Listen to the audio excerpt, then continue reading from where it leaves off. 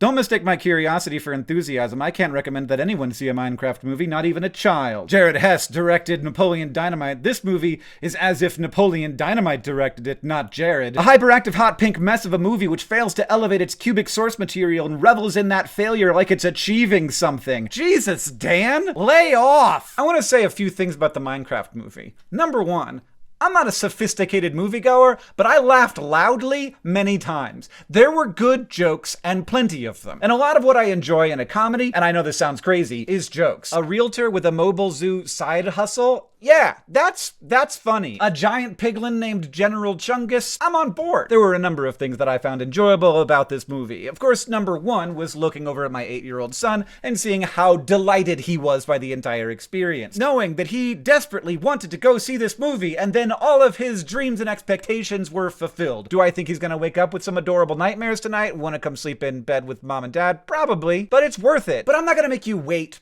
through a top 10 list to get to my number one favorite thing about the Minecraft movie. I'm just gonna tell you my number one favorite thing about the Minecraft movie, and it was the feeling in the room. It was the fact that 5 different times the whole audience broke out in applause. That hasn't happened to me since the Death Star exploded in the remastered Star Wars in 1999. Is that when that was? It was around there. I went in not knowing anything about this movie, and so when the Technoblade cameo hit, I'm grasping Catherine's arm.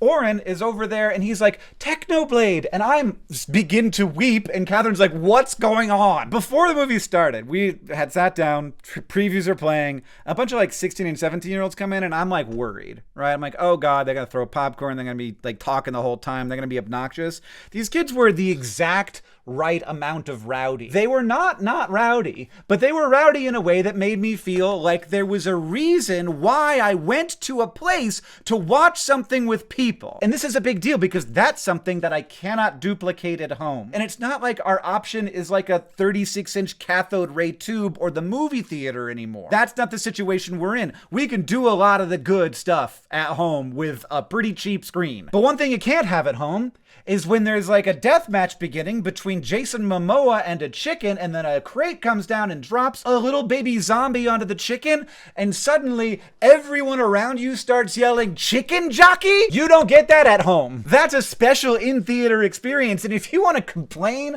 about that, then I have some Rocky Horror Picture Show tickets to sell you so that you could get some exposure therapy. When Steve went to get his lava chicken, which I think is a wonderful little joke, especially because the villagers had just been introduced as vegetarians, and he's locked one up back here to like stand there as he repeatedly lavas chickens. The song starts, and the people around me are singing the song. I'm like, this movie came out 5 days ago. So I look it up on YouTube. It's the number 3 song in America right now. It's number 3 on trending in music on YouTube. That's why they all knew the words. They've been at home watching it over and over again so that they can sing the lava chicken song in the theater, and they did, and I was delighted. And if that annoys you in the context of a movie that is a total goofball fest and is clearly not a great work of art, you need to take your heart out of your chest and hit it with a meat tenderizer because you have become too jaded by this f***ed up world we live in. Now, to the critics of the world, as a person who's read a lot of books, I don't watch a lot of movies, but I read a lot of books,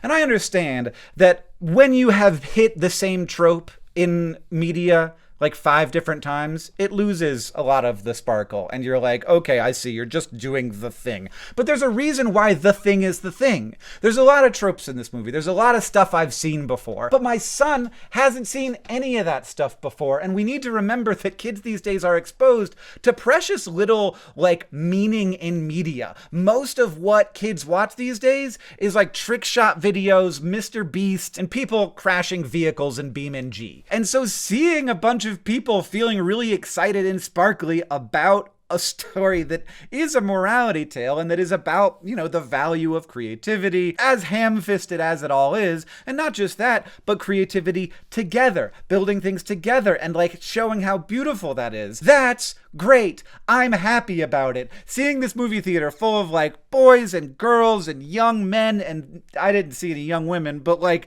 these people, I want them to have excuses to be together and enjoy things in a physical space. And I know that this is probably more more a testament to the Minecraft community than it is to the Minecraft movie. But obviously the Minecraft movie is a good frame to do this inside of because they are successfully and happily doing it. So if the goal was to make a thing that a community could really come together and be inside of, that goal has been accomplished. And maybe that isn't the same thing that critics expect the goal of a movie to be. And maybe that wasn't even the goal of this movie. But I can tell you that that is what this movie achieved. I was really happy, and it softened my hard heart and gave me a little bit of hope for the future, which is a ridiculous thing to say about a Minecraft movie where Jason Momoa and Jack Black have to go head to toe to fit through a hole so they could blast through this fiery hole as dude bros together, with your heads between each other's legs. I don't know. Not for everybody, I am sure. But I'll tell you, there were 3 people who had an amazing movie-going experience today. Top tier. Because of the people in the room. Because that's how I felt when I was watching Phantom Menace. I felt like I was experiencing this thing that strangers and I all loved together, which I know if you go to church, you get to experience that all the time, but I don't get that. So I have this Minecraft movie. I tweeted about this. I said, I watched the Minecraft movie and it is extremely good, and the theater was the exact right amount of rowdy, and kids were doing callbacks to the screen and singing along with Jack Black. The whole theater yelling chicken jockey alone was worth the price of admission, and 28 people agreed with this tweet, absolutely describing my hell. I think you need to allow for the possibility that your actual hell is blue sky. Enjoy things with people. Thank you. All right, now that's done. Let's do connections. I don't know when this video is coming out, but this is connections for April 16th. We've got crowd, score, mamba, engine, boa. Those are 2 types of snakes. Simba, Katy Perry, Scar, Lion, Garter, Scratch, Merengue, that's a dance, Corset, Scrape, Tangy, Stockings. Simba is like a dance, but 1 word away. Tangy is like a dance, but 1 letter away. Any more of those? Garter, Scrape, Scratch, Scrape, Scratch, Scar, SC words, Score. Those are all SC words that mean to make a mark. To scrape, to scratch, to scar, to score. That's wild that they all start with SC. Well, that has to be one. If that's not a category, I don't know what is. I grouped them together. Scrape, scratch, scar, score. Simba and Samba.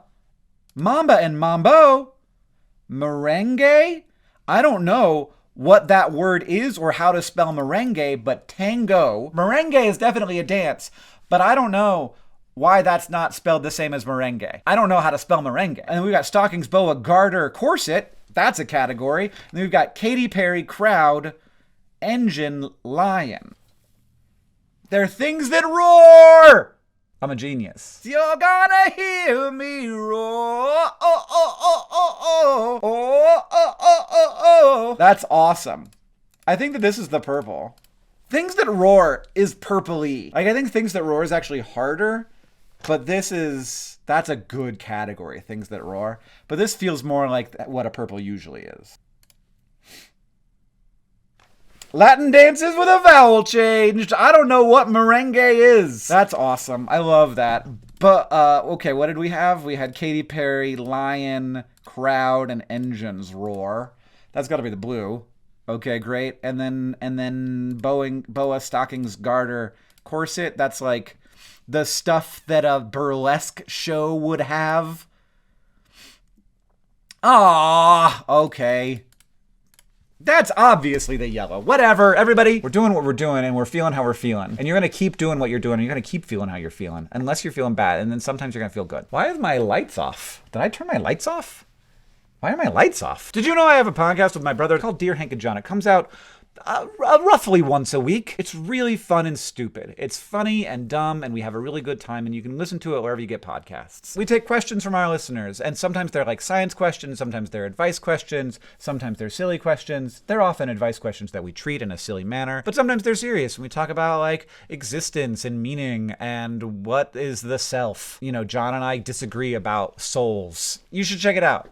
It's great. You can email us questions at hankandjohn@gmail.com, and you can listen wherever you get your podcasts. You can just search for Dear Hank and John. We have a good time. It's a blast. We're dumb. We're just a couple of dumb guys.